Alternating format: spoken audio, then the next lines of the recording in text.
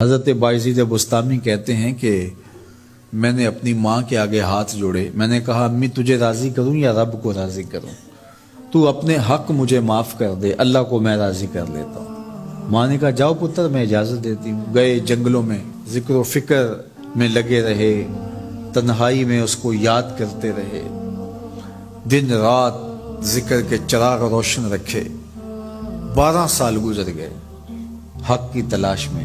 ایک دن واپس بستام کے قریب سے گزر رہے تھے، خیال آیا چلتے چلتے ماں کو سلام کر جاؤں۔ دروازے کو دستک دینے لگے تو اس خیال نے ہاتھ روک لیا کہ ساری زندگی ماں کو سکھ تو دیا کوئی نہیں، اب دکھ بھی کیوں دینے لگے ہو؟ رات کا ایک پہر بیت گیا ہے، سردیوں کی لمبی رات ہے، ماں بستر میں لیٹی ہوگی، تیرے لیے اٹھے گی، دروازہ کھولے گی۔ دروازے کے ساتھ ہی لگ کے بیٹھ گئے اور ساری رات کاٹ دی، اس خیال سے کہ ماں کو تکلیف نہ ہو۔ جب سحری کا وقت ہوا تو اندر سے جو نالی آتی تھی اس نالی سے پانی آیا، سمجھ گئے میری ماں تہجد کے لیے اٹھی ہے اور وضو کا پانی ہے، تو فوراً دروازے پہ دستک دی۔ اندر سے آواز آئی بیٹا بایزید میں ابھی آئی۔ مائیں بیٹوں کے دستک کے انداز سے جان لیتی ہیں یہ کس بیٹے کے ہاتھوں کا لمس ہے۔ 12 سال کے بعد آئے، دستک دی، کہا بیٹا بایزید میں ابھی آئی۔ ماں کی تو نگاہیں ہی دروازے پہ رہتی ہیں۔ اللہ اکبر۔ کہتے ہیں کہ ماں نے دروازہ کھولا، 12 سال جنگلوں کی خاک چھانتے بیت گئی تھی، پراگندہ صورت، بکھرے ہوئے بال، پھٹے ہوئے کپڑے۔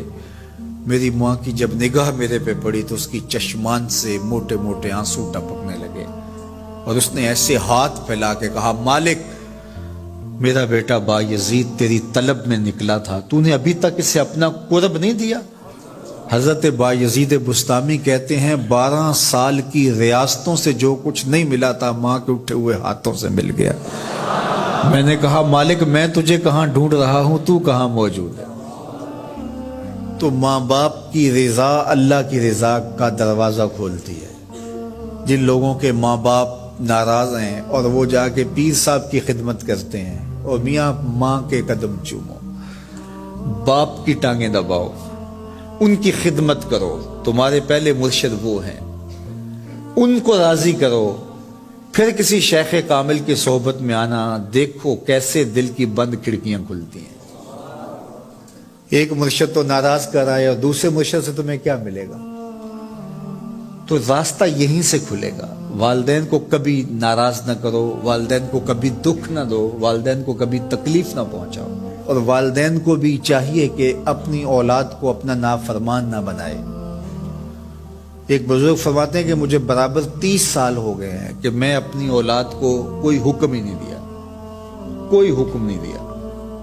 کوئی چیز مجھے چاہیے بھی ہوتی ہے تو میں بصیغہ امر نہیں کہتا، بلکہ ایسے ہی بات کر رہی ہوں۔ پانی چاہیے تو یہ نہیں کہتا بیٹا پانی لے کر آؤ، میں ویسے کہتا ہوں پیاس لگی ہوئی ہے، تو اگر وہ سمجھ جائے اور وہ خود لے آئے تو اچھی بات ہے، لیکن اگر وہ نہ لائے تو میں نے اس کو حکم ہی نہیں دیا، امر ہی نہیں کیا، تو اس امر کی مخالفت ہی لازم نہیں آئے گی۔ تو کہا 30 سال برابر گزر گئے ہیں، میں نے اپنی اولاد کو حکم نہیں دیا کہ کہیں وہ میری نافرمان نہ ہو جائے، چونکہ اگر وہ نافرمان ہو گئی پلے کچھ نہیں رہے گا۔ جو اولادیں ماں باپ کی نافرمان ہوتی ہے وہ ہوا میں بھی اڑیں، وہ چرخ پہ بھی جھولیں، وہ زمین پہ گرنے والی ہوتی ہیں، کبھی کامیاب نہیں ہو سکتی وہ اولادیں جو ماں باپ کی گستاخ، بے ادب اور نافرمان ہوتی ہیں۔ وہی اولادیں سرخرو، کامیاب اور کامگار اور بامراد ہوتی ہیں جو ماں باپ کی خدمت کرتی ہیں، ماں باپ کی دعائیں لیتی ہیں۔ وہ ایک بچہ ماں باپ کے پاؤں دبا رہا تھا، تو ایک بچہ ایک بر اعظم میں، دوسرا دوسرے بر اعظم میں، تیسرا تیسرے بر اعظم میں بڑے بڑے کاروبار کر رہا تھا۔